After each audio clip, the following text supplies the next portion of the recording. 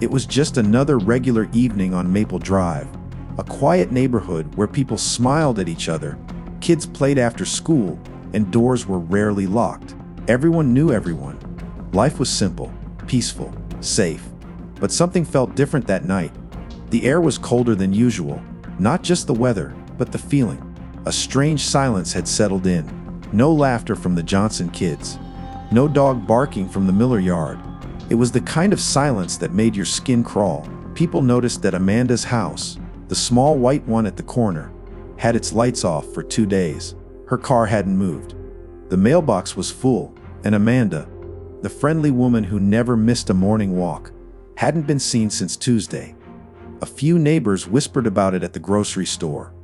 Some brushed it off, thinking maybe she was just away, but others had a bad feeling in their gut. One neighbor said they heard a loud thud late at night 2 days ago. Another swore they saw someone standing near Amanda's back window just before sunrise. Nobody wanted to assume the worst, but deep down, everyone was starting to feel the same thing. Something was wrong. Something very wrong.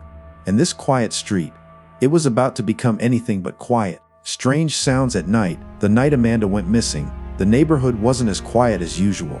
Around 20:15 a.m., Mr. Leonard, who lived right across the street, woke up to a strange sound, like furniture being dragged across a wooden floor. At first, he thought it was a dream, but then came a loud bang, followed by silence. He sat up in bed, listening. Nothing. Then footsteps, quick, heavy, and panicked. They didn't last long. Within seconds, everything went still again. Just a few houses down, Mrs. Ray was feeding her newborn when she heard what sounded like a muffled scream.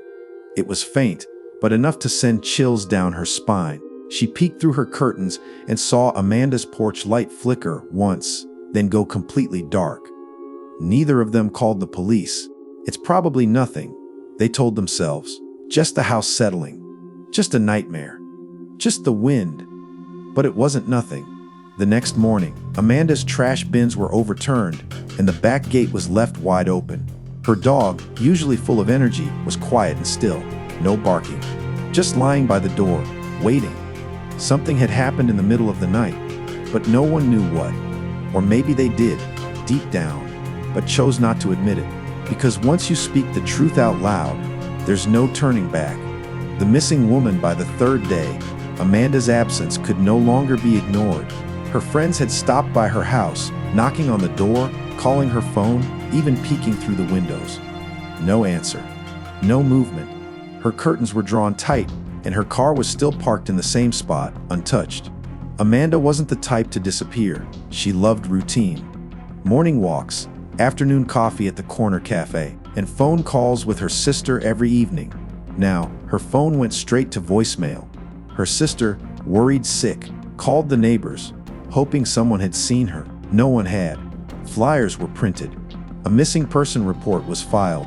Police came by and took notes, asking questions that made everyone uncomfortable.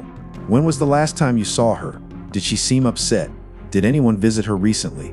Most neighbors said the same thing. She was fine. Happy, normal. But the truth was many had noticed small changes. Amanda hadn't been herself for weeks. She seemed distracted, nervous even. Some said she was afraid of something or someone. But no one asked too many questions. They figured she'd talk when she was ready. Now, they wished they had asked, because Amanda wasn't just missing. She was gone without a trace. And the worst part, everyone was beginning to fear she wasn't coming back. Odd smells and shadows. As the search for Amanda continued, neighbors started noticing things they hadn't paid attention to before. It started with a strange smell, faint at first, like rotting garbage. Most people thought it was just trash left out too long. But the odor didn't go away. It got stronger by the day, and it seemed to be coming from Amanda's backyard. Mr. Leonard mentioned it to his wife, but she told him not to worry. Probably just old food in the bin, she said. But by the 5th day, the stench was impossible to ignore. It clung to the air like smoke, thick and sour. It made people wrinkle their noses as they walked by. Then came the shadows. A teenager walking his dog late at night claimed he saw movement near Amanda's window. He swore he saw someone, tall, broad, shouldered, slipped behind the curtains just before the porch light flickered on. But when police checked the house, they found nothing.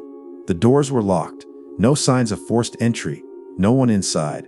The boy's story was brushed off. Maybe he was just scared. Maybe it was his imagination. But then more people began to speak up. Shapes in the window. A flashlight in the backyard. The sound of digging late at night. It wasn't just fear anymore. It was evidence. And something, or someone, was still there. Watching, waiting, hiding behind the silence. Police arrived with tape. It wasn't long before the street filled with flashing blue lights. 2 patrol cars, then a black, unmarked SUV. Officers moved quickly, but quietly. They didn't knock. They didn't wait. They had a warrant, and a reason. Neighbors stood behind curtains, watching. Some stepped onto porches, pretending to water plants or check the mail. But their eyes were fixed on Amanda's house. A yellow roll of tape was pulled from a kit. In seconds, the front yard was wrapped in crime scene tape, slicing the calm neighborhood in half. Children were pulled inside. Conversations dropped to whispers. Something terrible had happened, and now the police were treating Amanda's home like a crime scene. Officers in gloves and masks moved in and out of the house. A coroner's van waited near the curb. Cameras flashed behind the windows. The smell that once lingered in the air was no longer being ignored. Detectives took notes, marked the yard, and pulled something from the trash bins. Something wrapped in plastic. The sight of it made one of the younger officers turn pale. No one needed to ask anymore. This wasn't a missing person case. This was a crime. And whatever had happened behind those closed doors, the truth was finally stepping into the light, one piece at a time. Neighbors start talking once the tape went up. So did the voices. The quiet street that once kept to itself suddenly buzzed with whispers, theories, and secrets. Neighbors who hadn't spoken in months were now exchanging stories on sidewalks, leaning close, looking over their shoulders. Mrs. Ray admitted she had seen Amanda arguing with a man a few weeks before she vanished. Tall, angry, not from around here, she said. Another neighbor, Mr. Jenkins, confessed he once heard crying late at night from Amanda's home, followed by a door slamming hard enough to shake his windows. Then came more. Someone mentioned strange visitors showing up at odd hours. Another spoke about Amanda walking faster than usual, clutching her bag tight, always looking behind her. Many had noticed, but no one had asked. No one had wanted to get involved. Now, they wished they had. As more people came forward, a picture began to form. Amanda had been afraid. She had tried to keep it together.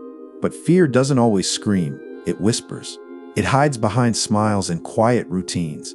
And this neighborhood, once proud of its peace, was now haunted by guilt. Because the signs were there. And they had all looked the other way. The shocking discovery, on the 7th day, police brought in cadaver dogs. The street was shut down. Reporters gathered, and tension hung heavy in the air. Everyone stood still, watching from behind curtains, knowing something big was about to happen. But no one was ready for what came next. The dogs led officers straight to Amanda's backyard, to the old garden bed she hadn't used in years.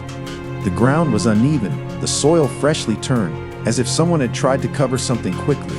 Officers began digging, slow and careful. Neighbors held their breath. Minutes later, a tarp was found. Inside, wrapped tightly, was Amanda's body. She hadn't run away. She hadn't gone on a trip. She had been there the whole time, just feet away from the people who were searching for her. The woman they smiled at in passing, the neighbor they thought they knew, had met a silent and violent end in her own backyard. Gasps echoed across the street. Some people cried. Others couldn't look. A few turned away, unable to accept what they were seeing. It wasn't a story on the news anymore. It was real. It was right here. Amanda wasn't missing. She was murdered. And the worst part, her killer might have been watching the whole time. Hidden truths uncovered after Amanda's body was found. The investigation moved fast. Detectives dug into her phone records, emails, and recent contacts. What they uncovered shocked even the most seasoned officers. Amanda had been reaching out for help, but quietly, and to only a few people. She had sent messages saying she felt unsafe, that someone was watching her, that she believed she was being followed. She even wrote one chilling line to her sister. If anything happens to me, it won't be an accident. All clues pointed to a man named Derek, someone Amanda had dated briefly, a name none of the neighbors knew. He had no friends on the street, no reason to visit. But Amanda's camera, hidden near her back door, had caught him entering the property 2 nights before her disappearance. Police traced Derek's location through cell tower pings. He had been in the area at the exact time those strange noises were heard. Worse, his fingerprints were found inside Amanda's house, on a shattered picture frame, and on the handle of the back door. The truth was no longer buried. Amanda had feared for her life.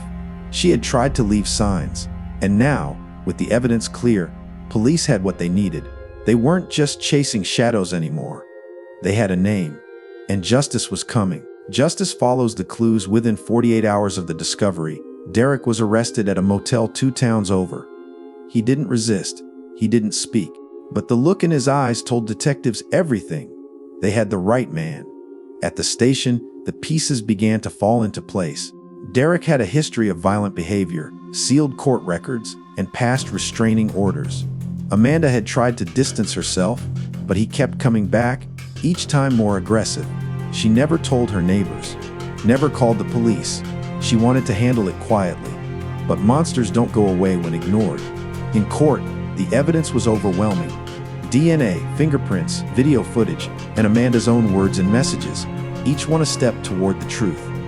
The jury didn't take long, guilty on all counts. As the verdict was read, Amanda's family held hands. Her sister wept. The neighborhood, once filled with guilt and fear, found a small moment of peace. Amanda's story became more than just a headline. It became a warning, a reminder that silence can be deadly, and that sometimes the most dangerous people hide in plain sight. Justice didn't bring Amanda back, but it gave her a voice, loud and clear. And this time, the whole world listened.